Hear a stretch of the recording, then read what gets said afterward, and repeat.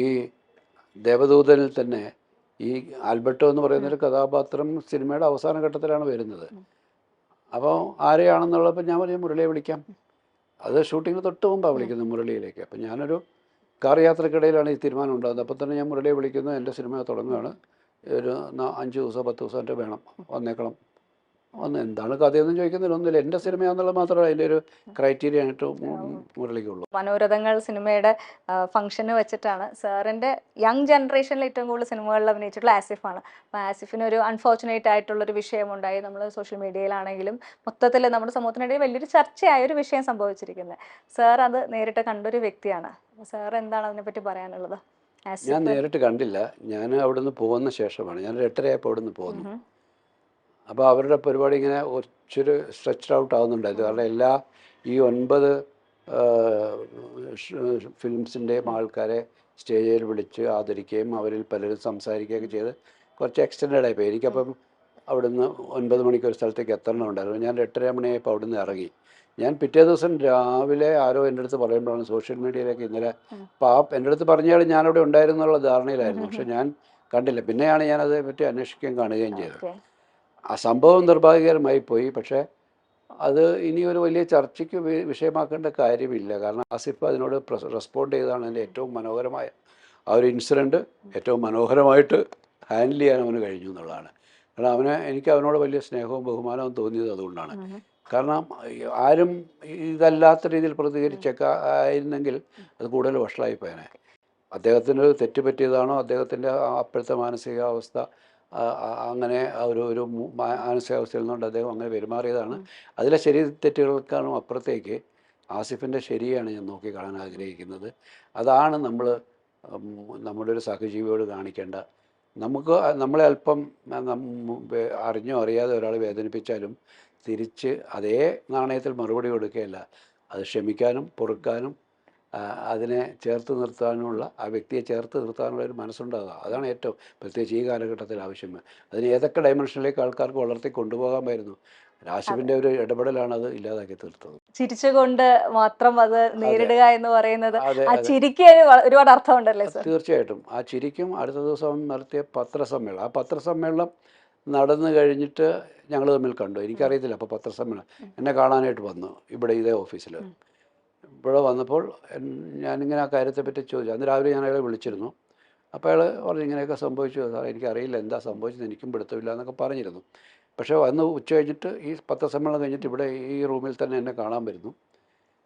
വന്നപ്പം ഞാൻ ചോദിച്ചപ്പോൾ പറഞ്ഞു ഇല്ല സാർ, അത് കഴിഞ്ഞു, ആ പ്രശ്നം കഴിഞ്ഞു, ഞാൻ സംസാരിച്ചു.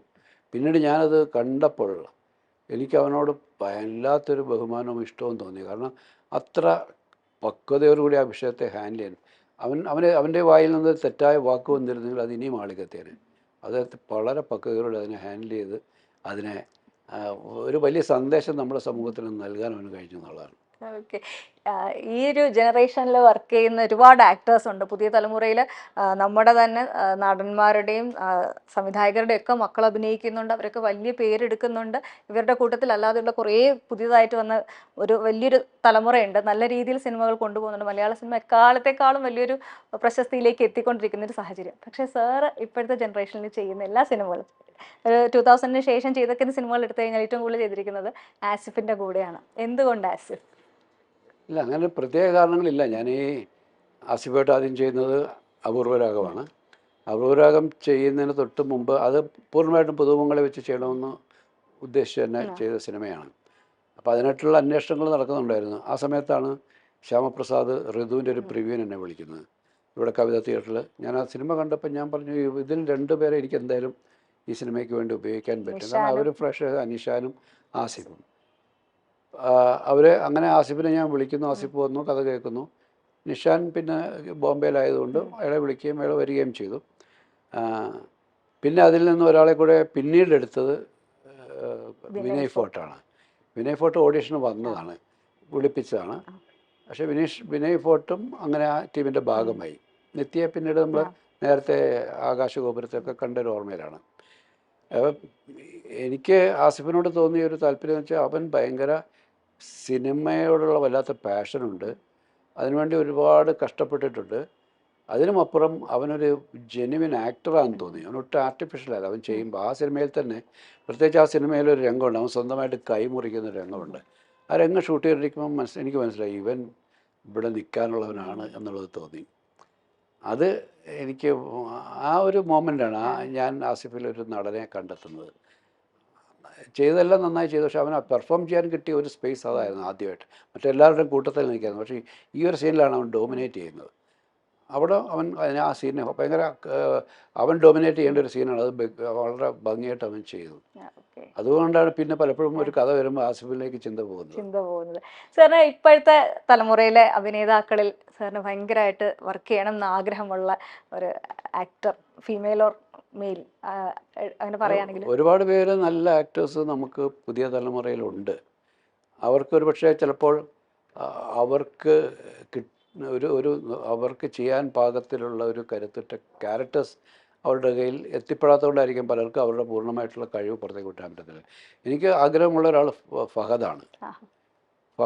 കാരണം ഫഹദ് എൻ്റെ ടൈപ്പ് ഓഫ് സിനിമകൾക്കുള്ള ഒരു ചെയ്യാൻ അത്രയും ഇൻറ്റൻസ് ആയിട്ടുള്ള സിനിമ ചെയ്യാൻ പ്രാപ്തരാണ്. ബാക്കി എല്ലാവരും അങ്ങനെ തന്നെയാണ്. പലർക്കും പല റേഞ്ചാണ്, പല പക്ഷെ ഫഹദാണ് അതിനകത്ത് ഏറ്റവും. ഫഹദ് തന്നെ പലയിടത്തും പറഞ്ഞതായിട്ട് ഞാനും കേട്ടു, സദയം പോലൊരു കഥാപാത്രം എനിക്ക് ചെയ്യാൻ ആഗ്രഹമുണ്ടെന്ന് പറയുന്നത്.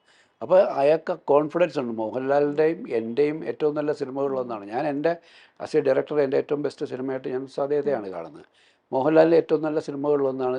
ദേശീയ തലത്തിൽ ഒരിടത്തും അംഗീകരിക്കപ്പെട്ടില്ലെങ്കിൽ പോലും അയാളുടെ ഏറ്റവും മികച്ച വേറിട്ടൊരു പെർഫോമൻസാണ്.